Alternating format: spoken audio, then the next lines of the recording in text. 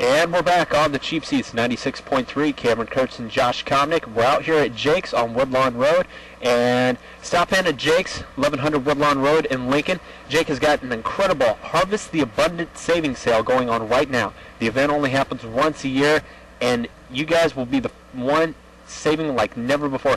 Jake's got sofas and 5-piece pub dinette sets, okay, starting at $3.99, 3-piece sectionals for only $9.99, and a free pumpkin for purchase of $99 or more. So you come in, you spend $99 or more, you get a free pumpkin. That's right out here at Jake's Furnishings. Make it your own 7 days a week. Go ahead and call 735-1212. And Jake, you still got that recliner sale going on now, $150. Is that right? That's right. We got $150 recliners with multiple colors. You can put them in there. A very good value for the people. I was waiting for that, Jake, and that's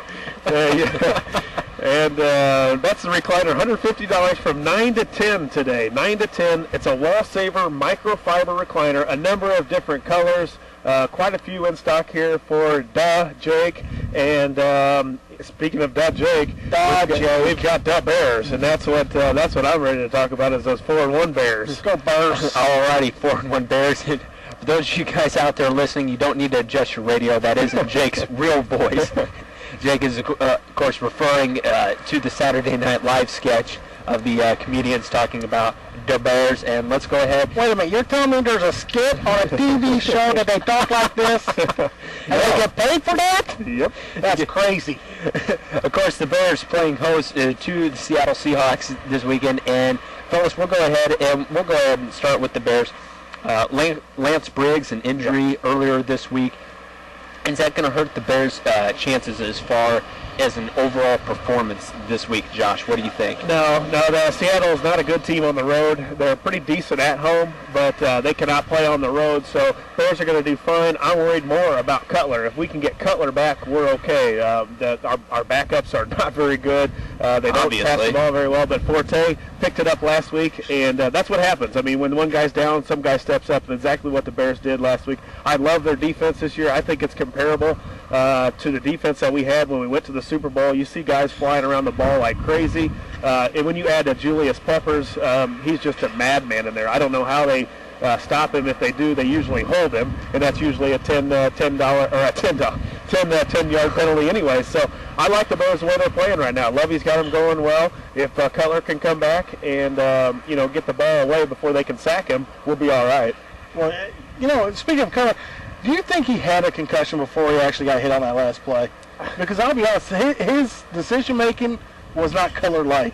Well, I've heard that, and I heard some things on Chicago radio saying that he does have diabetes, and why he would not take his medicine, but they were blaming, and I don't know if this was an excuse or what happened, but he did not look right. Jake, if you got hit 9 times by 200-pound 80 guy coming at you, you'd be having many concussions. He was sacked that many times. How many times was he hit in that game? Yeah, it wasn't fun to be a Bears fan. I mean, his number almost looked like a number for a yard marker on the turf. Well, it was that bad. Yeah, it wasn't pretty. But the thing was nice is that if they come back the next week and that you go to a struggling Carolina team and they take care of business. It wasn't pretty. It wasn't something that you wanted to watch on TV. Right. You don't want to watch it on TV, but it's a W, and you get away with the W and come home. And I completely agree with what they did, keeping their backup quarterback in there, an aging veteran as long as you can, to see if maybe he's got some rust. Let's see if we can knock the rust off. Mm-hmm. Yeah. Well, they couldn't get the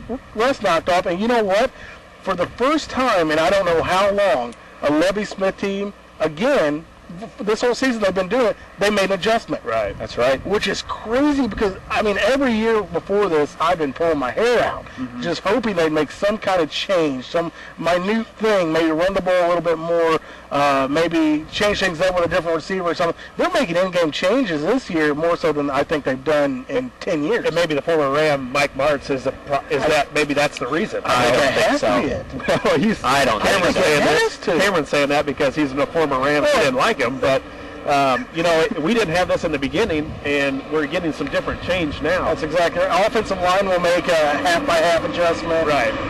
Defense actually has made some adjustments in their favor many times this year, I mean, like you said, we have a freak in Julius Peppers who's just, to be honest, I mean, I knew he was good. Yeah. I used to watch him in college basketball as well as football. I mean, he's a freak of nature, but I had no idea that he could literally dominate a game. And if he doesn't get to the quarterback, you can almost guarantee he was held. Yeah, and it's even if they don't call it, it's almost as good as a sack every single time because he's going to get held, or like he did the other day, he taps a ball up in the air. It probably goes 30 feet up in the air, and he gets tripped up and still has the concentration to catch it while laying on the ground. I mean, it was an unbelievable play, but especially you're talking a guy that's 6'7", 285, 90 pounds, and that runs like a wide receiver. You've got the quarterbacks with Colt McCoy, Jimmy Clausen, Tim Tebow, Sam Bradford, just a few names among others who are getting the chances to start in the big leagues in professional football. Their rookie season's out. Brett Favre hit a milestone this week on Monday Night Football, 70,000 career passing yards and 500 career touchdowns. He would get 500, I think, was it 501 and 502 on Monday night. But one thing that was interesting, though, is his injury status for this week. Got banged up a little bit last Monday night against the Jets. Tendinitis in his shoulder. Here's the thing. He's down as questionable, but we all know he's going to play. Right. The guy is going for his 290th consecutive career start tomorrow. You know what's crazy though? This isn't even the big story about Favre this week, which is crazy. I think it might be his texting habits. Well, which you hate to bring that into a sports conversation. Yeah. But let's face it. Is this his fall from grace? It might be. I mean, really. Yeah. He needs something to take off that bad publicity toward him, and let's think of something different. He That's needs exactly right. something. Speaking of text messaging, here's something. Terrell Owens was fined $5,000 for texting on Twitter. Twitter's for those of you that don't know, the social network site that's out there to where people can follow people of certain status. A lot of fans like to follow certain players and certain celebrities. Anyway, Terrell Owens sent out on his Twitter page for a lucky fan who was wearing his jersey, he would throw a game ball to that fan and pick him out. And he did. He scored the touchdown and found that lucky fan, threw in the ball, and the fan did get to keep the ball. Here's what the problem of it was. Yeah, what's the problem? The problem was he violated the NFL's rule of social media prior to a game. Yep. The NFL has a rule that 90 minutes before kickoff, players can have no outside contact with the outside world. He broke that rule. And I think it's 30 minutes after the game before they can have. Yeah. It's 90 minutes before the game. He was doing this just half an hour before kickoff. Well, I mean, the funny thing is they actually made this rule because of Terrell Owens and Chad Ochocinco. Mm-hmm. They actually came up with this rule specifically because of those two guys, and they're just saying, you know what, this is for the fans. Yep. I'll pay the fine. Yeah, it's $5,000. I mean, really, what's $5,000? It's nothing to them, but just an interesting. You know what? The thing is, and this is just something. It's something that makes it fun. We can talk about it, of course, but the fans will talk about it a lot, sure. Especially the fans of that team, which is the Cincinnati Bengals. They love that. Sure. And they're gonna, you know what? They're gonna check it out even more. There's gonna be more people tweeting with TO than ever, I think, this week. Yep.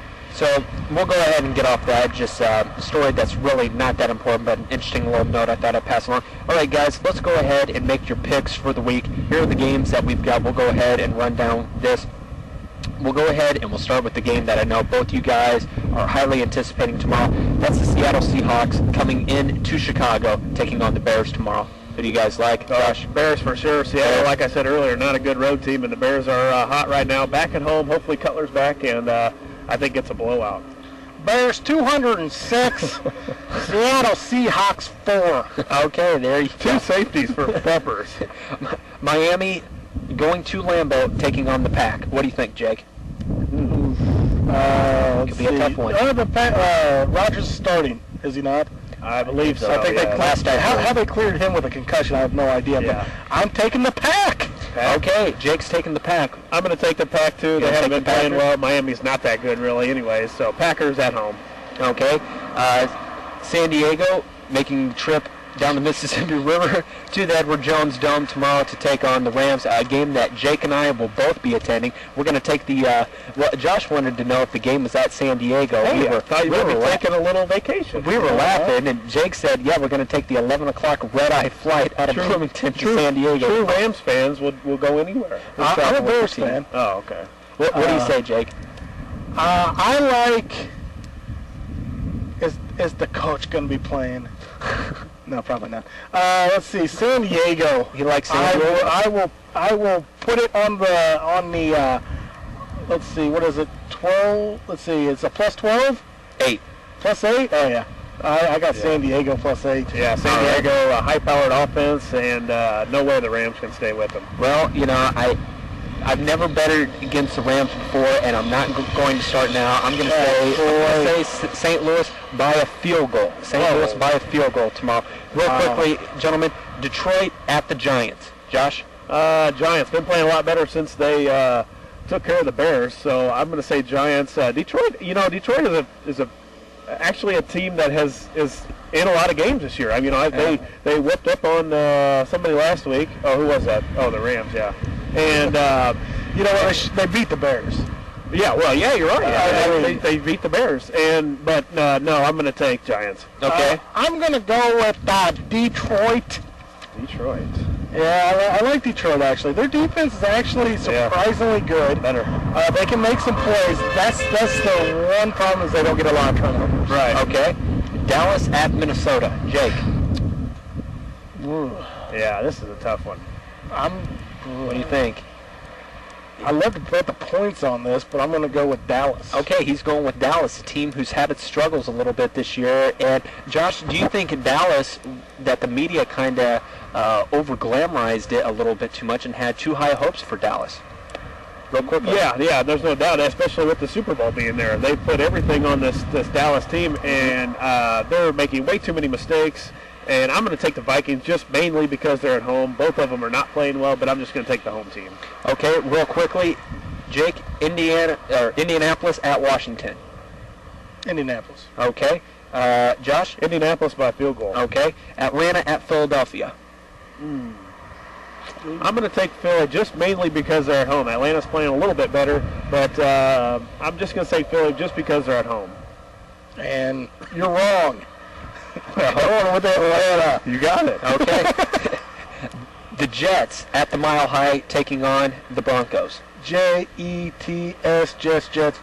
I'm going to take Denver. Denver is an excellent team at home, and Orton can pass it with anybody. And a former Illini alum, Brandon Lloyd, is starting to blow up for those fantasy members. So go get Brandon Lloyd if you haven't already. And he will blow up probably one more game into this. He'll blow up on the sidelines. All right, guys, and we've moved to the Monday night game, Tennessee at Jacksonville. What do you think?